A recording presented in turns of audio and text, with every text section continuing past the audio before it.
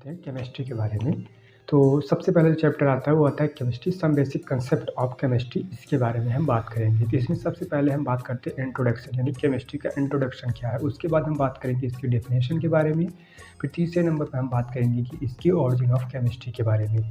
तो जो सबसे पहला है इंट्रोडक्शन, इसके बारे में। जब भी कोई सब्जेक्ट को हम पढ़ते हैं या फिर पढ़ना शुरू करते हैं, कोई भी सब्जेक्ट हो, तो उसमें सबसे पहले स्टूडेंट के दिमाग में एक ही क्वेश्चन आते हैं कि ये सब्जेक्ट क्या है और मैं इसे कैसे पढूँ, मैं क्यों पढूँ, ये सारे क्वेश्चंस आते हैं। तो पहला जैसे केमिस्ट्री है, तो इसके पढ़ते समय सबसे पहले जवाब आएगा कि मैं इस सब्जेक्ट को क्यों पढूँ।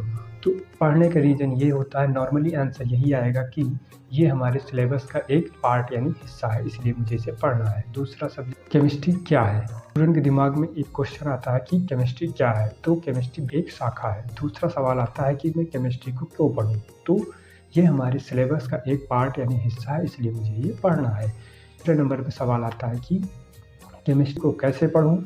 इसका आंसर होगा कि ये क्वेश्चन को याद करो और उसको रिपीट करो, इस वजह से पढ़ सकते हो आप।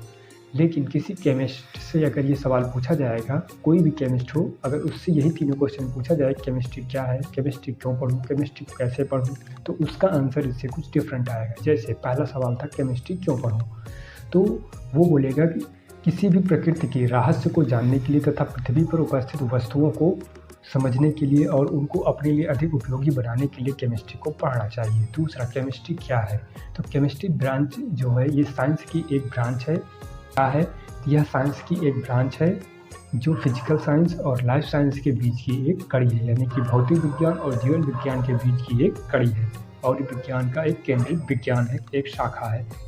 तीसरा सवाल आता है कि केमिस्ट्री कैसे पढूँ।